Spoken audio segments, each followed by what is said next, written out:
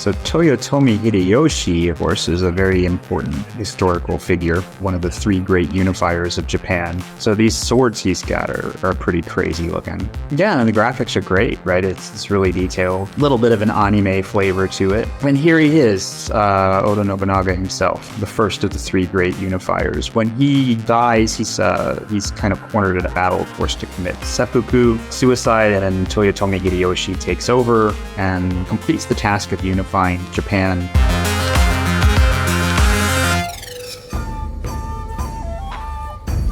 Yeah, what is going on here? It's okay. So if this is a yokai, it's not one I'm familiar with.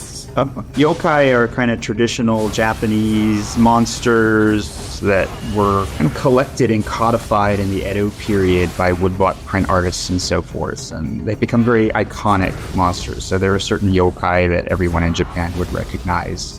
Kappa, which kind of look like humanoid turtles, are probably the most famous ones.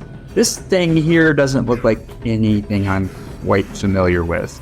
And I think our protagonist is supposed to be a half yokai, so half human, half yokai. That's kind of not a traditional concept either, the idea that yokai and humans could interbreed and so forth. So that's kind of a modern idea, but a neat one.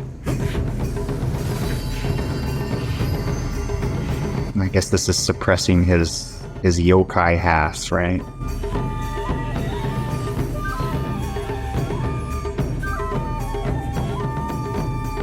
So Toyotomi Hideyoshi, of course, is a very important historical figure, one of the three great unifiers of Japan. During the Warring States period, Toyotomi Hideyoshi was the favorite lieutenant of Oda Nobunaga, who was the warlord who was setting about the task of uniting all of the different warring provinces.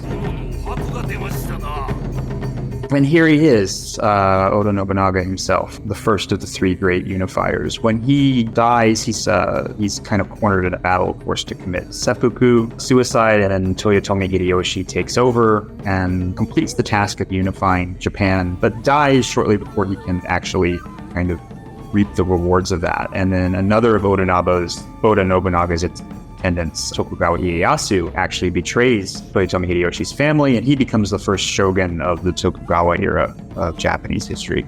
So the fact that our protagonist in this game is named Hide, which is the first half of Hideyoshi, is undoubtedly significant.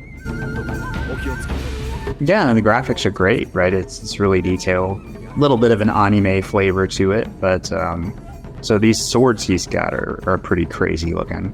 Those scabbards are definitely not something we would expect to see from the era, but I guess if he's half yokai, maybe his swords are half yokai too, right? So now we're back to those kind of fantasy-based attacks, not so much of a attempt at realism here in the fights. Yeah, and this is a costume that doesn't really look like anything we'd expect from the era, but mermaids going on as well. You do have mermaids in traditional Japanese folklore, and they're not uniquely European in that regard. Okay, so we've got yokai hunting spirits.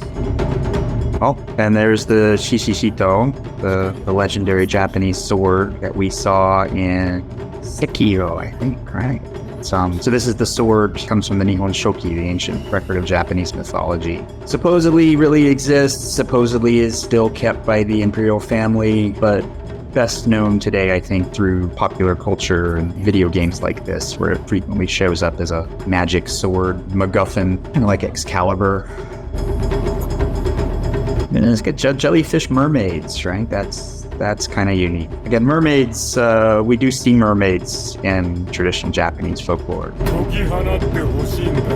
Well, if this is Shuten Doji, he's a very famous character in traditional Japanese folklore. Shuten Doji is an oni, Japanese ogre, who was famous for kidnapping women and doing unspeakable things to them, and he was eventually defeated by a group of samurai.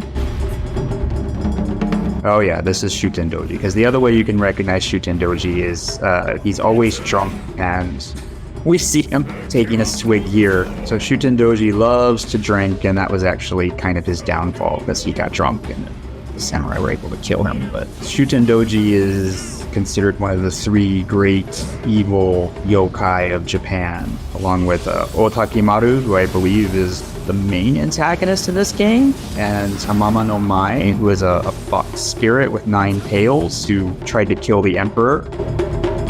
You always have to have the cherry blossoms wherever you go.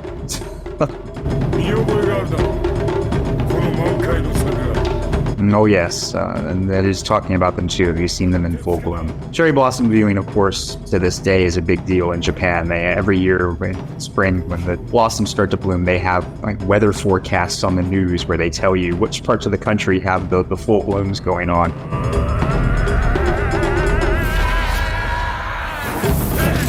So yeah, it's kind of the ultimate symbol of Japanese beauty, and again, this idea of the impermanence of things, because they don't really last very long. They're more beautiful because they're impermanent.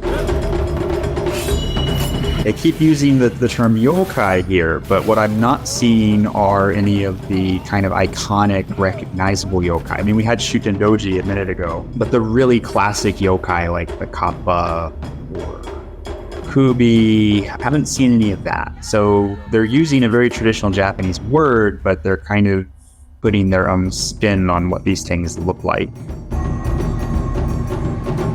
Looks like this will be Otakimaru, who again is he's another one of the 3 great Oni in Japanese mythology, 3 great demons. The sword that supposedly was given to the imperial family around 200 AD, been in their keeping ever since, and it shows up in a lot of games and manga, anime, things like that. So it's become kind of a pop culture, kind of like Excalibur kind of thing.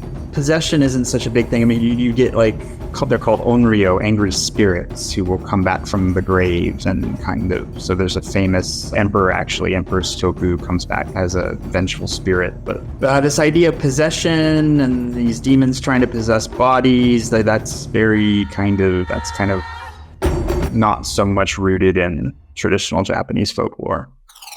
All right, that was Nioh 2, a game that had a lot of Japanese history and mythology in the mix, lots of yokai mythology in there, putting a bit of a unique spin on it with our half yokai, half human protagonist who doesn't really have an analog in traditional Japanese culture, but that's okay.